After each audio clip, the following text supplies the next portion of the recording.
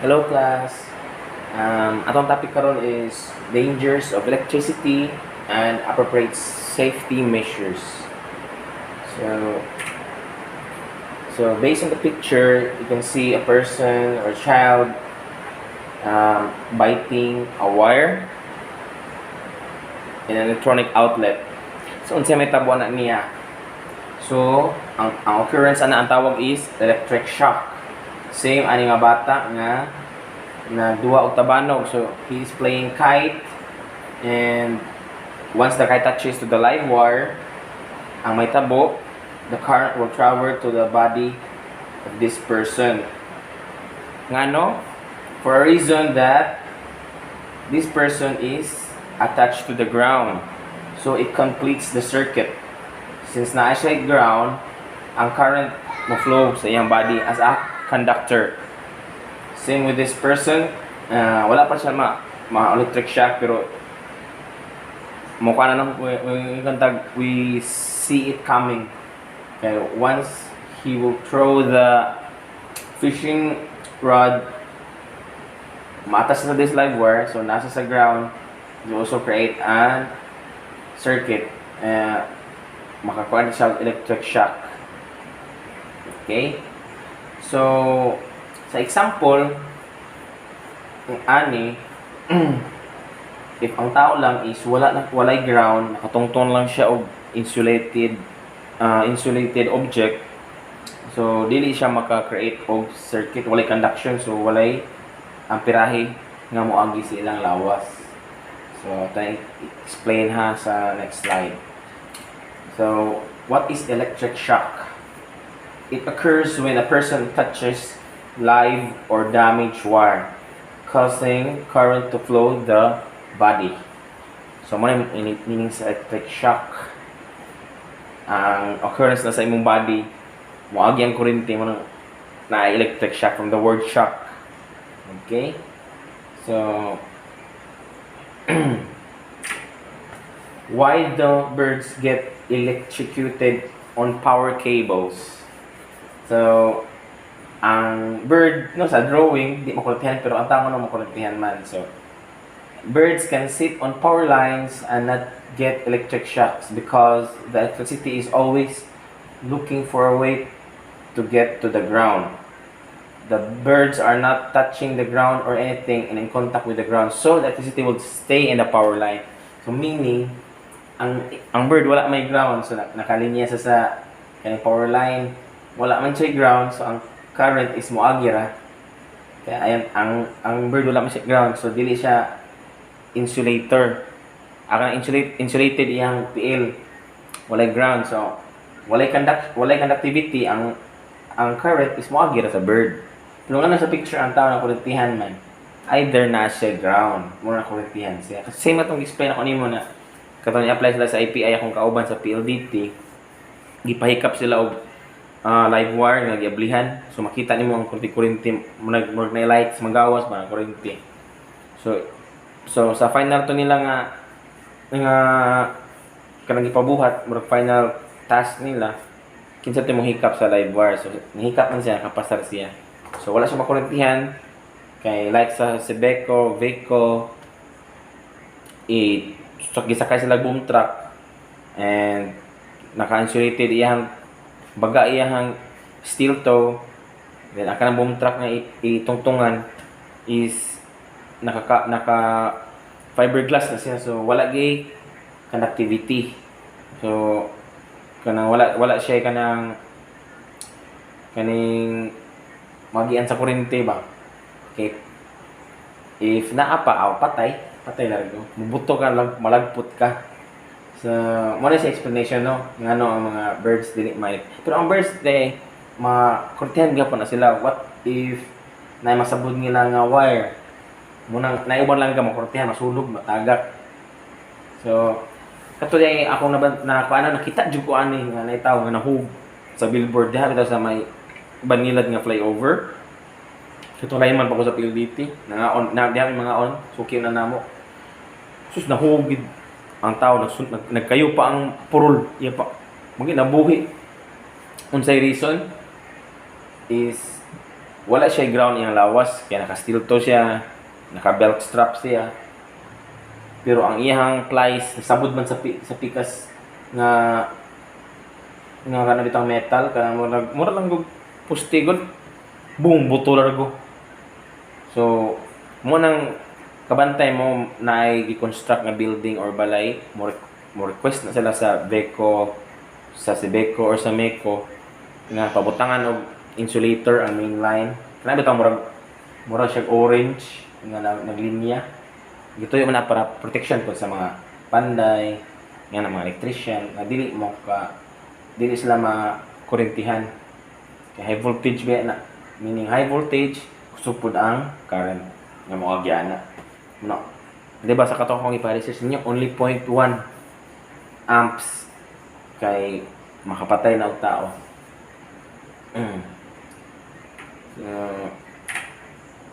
But even with all these dangers, we still need electricity. So what can we do? So there are safety devices. First, ang fuses. Second, miniature circuit breaker, earth wires, 3-pin plug, earth leakage circuit breaker. So, ano ang fuse? Ang fuse is commonly consists of a current conducting strip wire of easily fusible metal that melts and interrupts the electricity of the circuit. So, muna yung kabat mo sa fuse, no? Muna yung mga karaan ka na ito na asod sa ato ang AVR, Automatic Voltage Regulator, if na kay personal computer. If masunog na or any appliances, kani siyang wire asod sa fuse, maputol na. So, whenever that a circuit is made to carry a current larger than for which it's intended. So, muna yung purpose sa fuse. If load na siya bugat, ang maguba ang fuse ng mga appliances dili. So makat na siya ang kanang tunga. Mo kabantay mo na isunog usa or usahay mabuak. So kani nga type of fuse mo na ato common makita sa mga motor, sa sakyanan. Dali ra na siya ibton. So kani pud dali ra pud kani siya pag taol og ibot. So kani siya mo type of fuse kana sa mga wired na fuse ba. Karaan na siya. Then second is miniature circuit breakers or MCB. So kita mo ani, no, common kini sa mga hardware. So sa ibato niya, a miniature circuit breaker is an electromechanical device designed to protect an electric circuit from overcurrent. So a term to describe an electrical fault caused by either overload or short circuit. So back in the day, we protect against overcurrent by using fuse wire. So mo to kung ipakita kaning karaan fuse wire. So, unsa man kanindot sa circuit breaker? Unlike sa fuse, if masunog ang imong linya or imong appliances, maguba ang fuse. Sa circuit breaker is din ma-off ra ni trip off ang imong circuit breaker. So, if ma-off na siya ang circuit breaker, wala na yung linya, ma-open circuit na. So, dili maguba imong appliances or imong electronic device. So, gihimo na siya ang circuit breaker para makasave pa efficient ba na ita masigilis-ilis og fuse kay katong fuse every time masunog si matag ilis. So, gi-eliminate ni siya man na imbento ning circuit breaker. Next is earth wires or ground. So, kung isa nakabantay mo ani. So, if nang patawag mong telepono, PLDT, Globe, na gining ground, importante gining ground. No, sa una ka sa katong lineman to ko di gid mi kapasar sa quality kanang QC ba, quality control officer, if wala gi ground or imo ni attach sa ground sa gripo kay kanang gripo lawong magkinastan kanang mga tubo sa gripo, so pwede na siya imo ra i-attach. So its purpose is to carry electrical current only under short circuit or other conditions that would be potentially dangerous. Grounding wires serve as an alternate path for the current to flow back to the source. So, ang ground kuno is an alternate path kung ang current is mubalik. So, mubalik siya mag-short ba. So, example, ang best ani niya is kanay kilat, kabantay mo, ang purpose ana niya is ang kilat mo sudder sa yuta ra. Best example is kanang mga buildings, mga high-rise buildings sa Cebu. Kami nakakatkat ng mga kay kanang magtahod ni PBX makita gimi sa rooftop na gini mga tagas nga antena, marag antena metal ba. Ang purpose na is if magkuan bitaw kana na thunderstorm na mga sikilat-kilat, instead nga mo ang kilat mo direct sa building adto sa katnumula ilang antena ang himo. So from the antenna laos na siya sa ground, so safe ra ang building, safe ra ang mga tao sa sud. So yan ang importante ang ground. Daghang yung ani sa mo ay kay ito sa kuan sa mga manok gitungtungan, pero wala na ka nang kuan to excess ra na ko nga supply ba. And dapat ko yung duman ani kaning kato nag-repair me o sa customer, yung report is ngano kuno every time na manawag sa yung landline, yung iro mo sighila. So sa ako tong kauban nga situation, pag adto nila sa area, mao di ay kay ang iro gihigot sa ground. So landline man na if magpadanag ka ng mag-send na sa central office amo o ka ng kuryente, nanay gamay nga ampirahe. Kung sakit-sakit gyapon bugtaw na inigring ang iro mong hilak gid na. So mao to may bung siya nga bisig sa kani itaw-an siguro ni on sa banay mo tuwa diri si manikilak iro kada nay mo ring kay na may ampirahe. Same pud sa kanang mga speakers.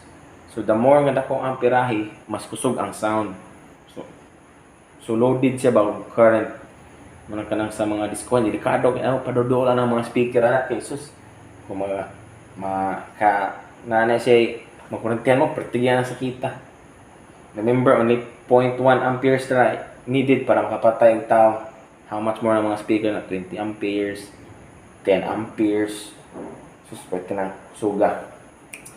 So ako po din i-share ninyo na kanang kato po na akong na-experience aning makurentihan ta bisag wala tay kanang nata sa poste katong ako sa PLDT ko makurentihan gyapon mi bisag naka-safety na mi kay tungod anang mga illegal tapping, ang mga illegal jumper ba na magiuban nga ang ilang gamiton nga wire ang wire sa telepono putol na mo sa wire mubuto kay ang ilang itong gamit nga pang jumper kay ano yun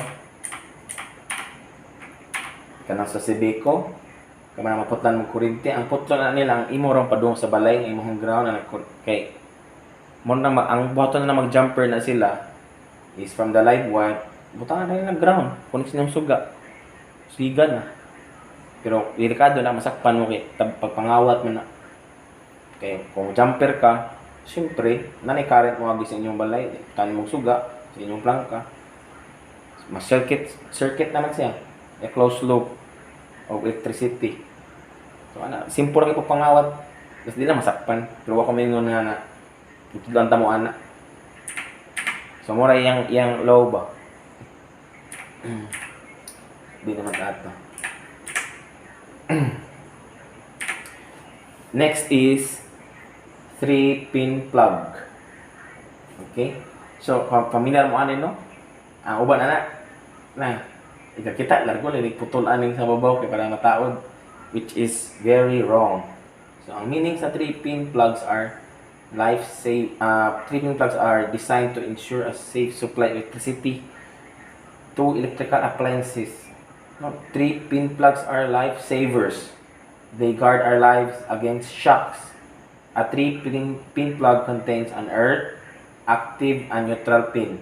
But the earth pin is always longer and thicker than the other 2 pins. So meaning kaning usa ni live ang usa ni neutral, kaning pinakadako nga wire ato din putlon kay mo ni ang ground.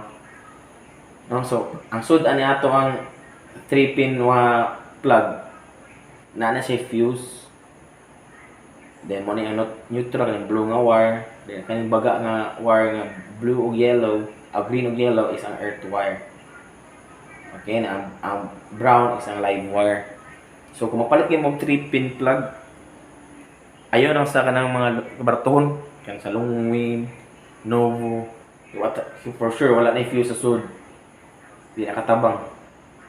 Okay, pila lang sa diferensya. Tumaw na ha, na 3-pin plug. Baning kamuti na, di na nyo putlon. Pero kung wagi choice, okay.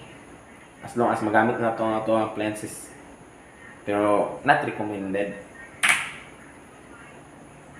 Next is earth leakage circuit breaker. So, ELCB is a safety device used in electrical installations with high earth impedance to prevent shock. It detects small stray of voltages on the metal enclosure of electrical equipment. So, meaning high on earth impedance. So, dako is kanang naa si ground. Unlike sa circuit breaker lang na normal, makuan siya, mo-interrupt po siya circuit if the dangerous voltage is detected. So, mas kung maka-afford ta kay katong usa ka normal nga circuit breaker mapalit unto sa mga tindahan kani pangitaonon sa siya kay taas na siya ground no mo detect pag ground mo detect pag siya og dangerous voltage. Okay, so next is safety measures for the use of electricity. So kabantay mo ang ipanggamit dili mga sa picture is kaning rubberized PPE or rubberized personal protective equipment, gloves, so mga tools. So kung magkuan tag kuryente no ang pili agad nga tools kanang quality, I recommend kanang mga Stanley kay man mo issue sa quality. And so far wala gid mi kasuway nga nakuryentihan mi bisag pang mambuto na naiputol lang ko sa wire sa nang live wire. Kaya ang iyang insulation ana quality na kanang mga local no patag cutter nga tag 100 tapos ay mong salig kurtihan gid mo ana mga screwdriver nga tag 20. So okay na si goggles na rubberized gloves good no okay rubber is a good insulator also.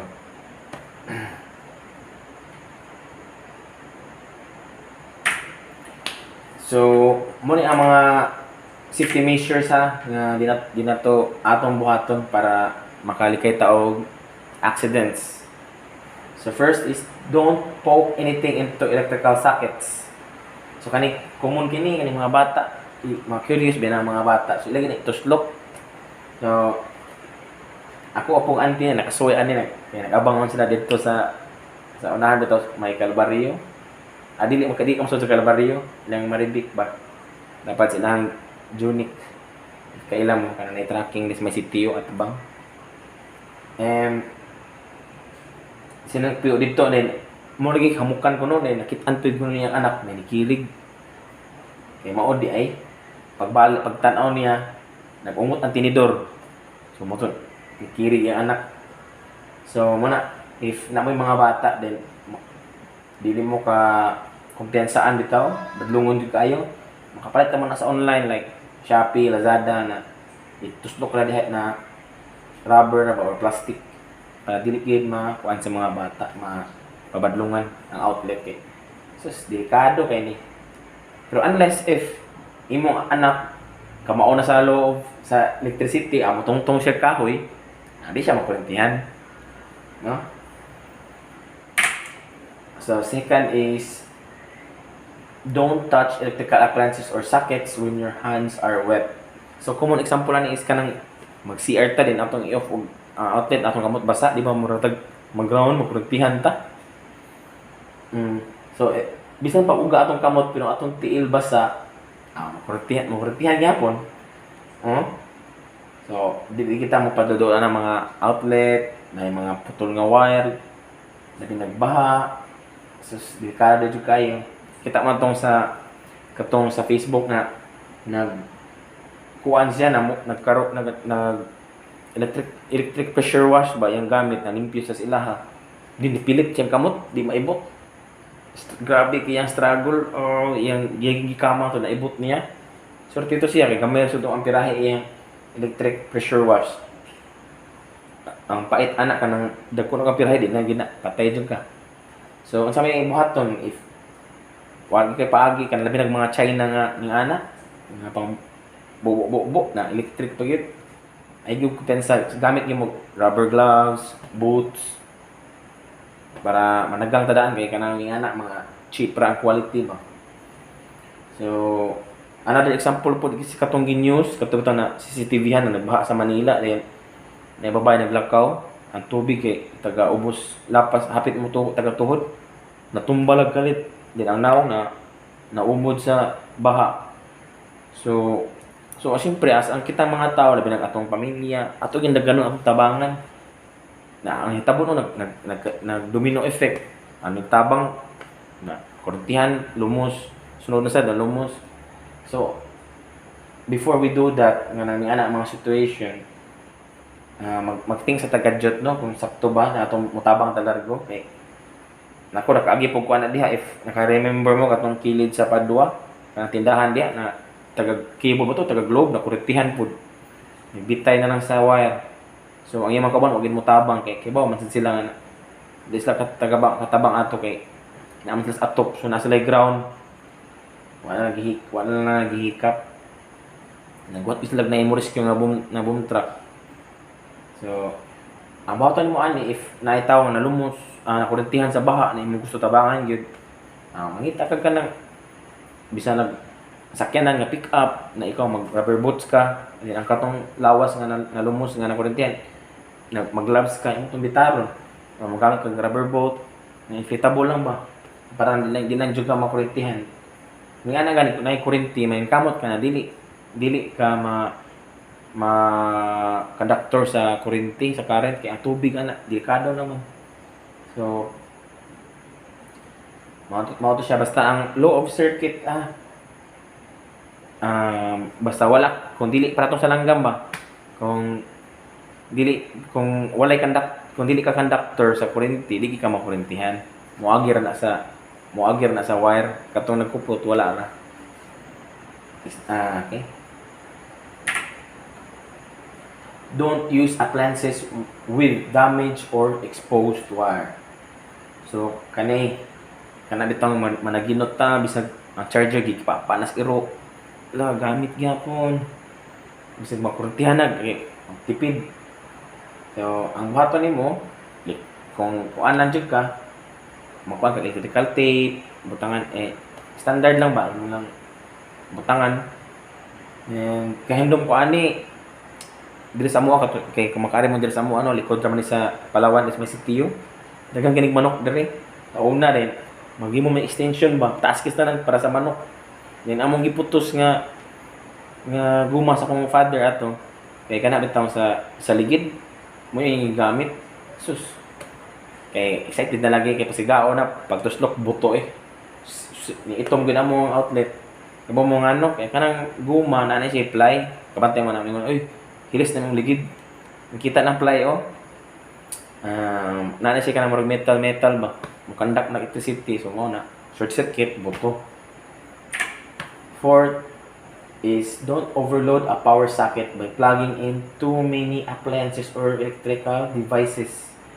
So kani gud ani common kinis na labi na ang inyong power socket na gipalit is na extension is baratohon lang sa mga dili ko pag-underestimate sa mga China no pero yung ano nang situation mas maayong mahalon for safety para sa family kana may quality siya ba na fuse sa sulod kay kato na sunog dito sa manubag sa second floor mo kurtong kayo nagsugod mga po electrical devices kinato internetan so I'm not sure basta yung anya gani delikado kaya na di nyo overload kay kabantay mo na yung resistor, capacitor para man na pag-maintain sa o pagpugong ba nga ang kana atong circuit na siya limit nga kurente mo allowed na para moagi niya if ma-over na pre ani overload na imong circuit siyempre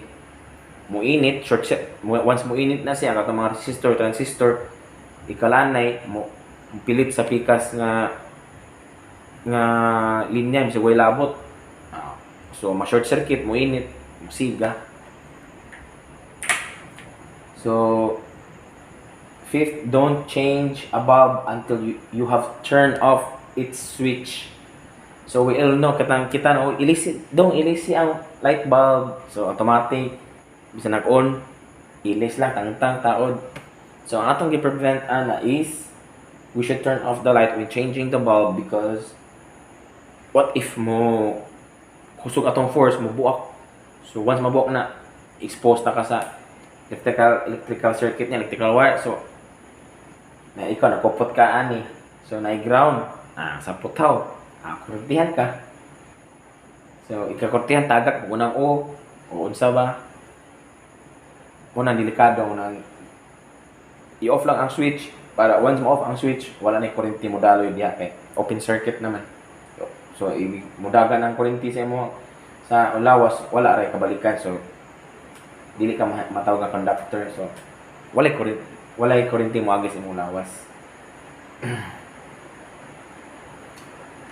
Uy, kanyan dumday ko ani pod sa una katong nakoy kasi nakaskula diri national. Kanyan dum atong Trinio Internet Cafe ako ato. Ang kadaghan reklamo sa akong mga bata kay makuryente ko na akong mga computer. Busy mo ko ato kay trabaho pa sad ko ato sa PLDT. So muna ang mga bata to manungtong daan sa kuranan sa plastic chair before niya iwan ang computer. So yan ang gina if makasabot lang ta sa low sa kuryente di kita makuryentihan. Labi na paminaw ta sa atong topic karon maka na kita idea. So don't repair electrical appliances by yourself. Get an electrician. So meaning di lang kita magpakahiro if di ta ka mao patabang ta or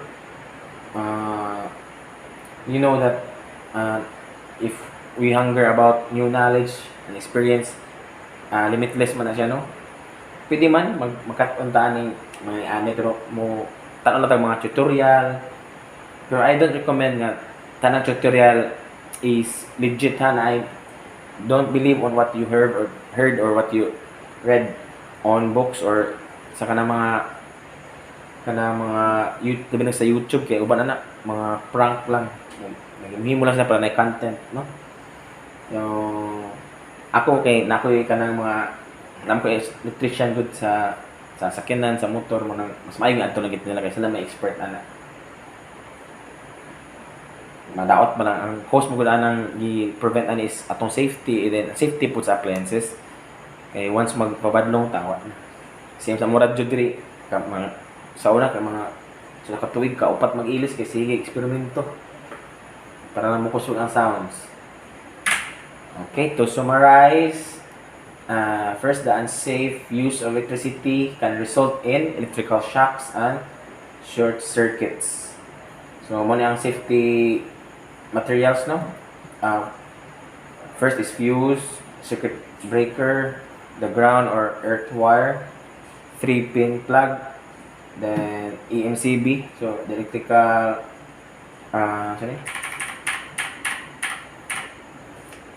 earth linkage circuit breaker, ECB, and so third is we can also take some safety measures to avoid electric shocks.